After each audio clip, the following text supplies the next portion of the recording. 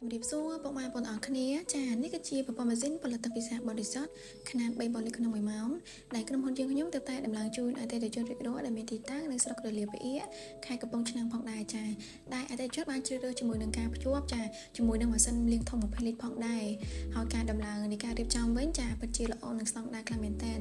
បងប្អូនអាចចេញទស្សនានៅក្នុងវីដេអូនេះបានឃើញថាបច្ចេកវិទ្យានិងបច្ចេកទេសដែលខាងក្រុមហ៊ុនយើងខ្ញុំដំឡើងចាពិតជាល្អនិងស្តង់ដារគុណភាពខ្ពស់ផងដែរ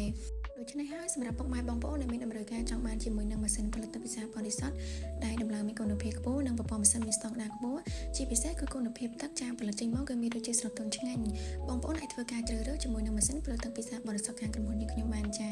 ក្រុមហ៊ុនយើងខ្ញុំមានដំឡើងប្រព័ន្ធម៉ាស៊ីនផលិតពិសាបរិសុទ្ធចាប់ពីខ្នាតតូចរហូតដល់ខ្នាតធំសម្រាប់ពុកម៉ែបងប្អូនដែលមានចំណាប់អារម្មណ៍អាចអញ្ជើញតាក់ទងមកខាងក្រុមហ៊ុនយើងខ្ញុំបានចា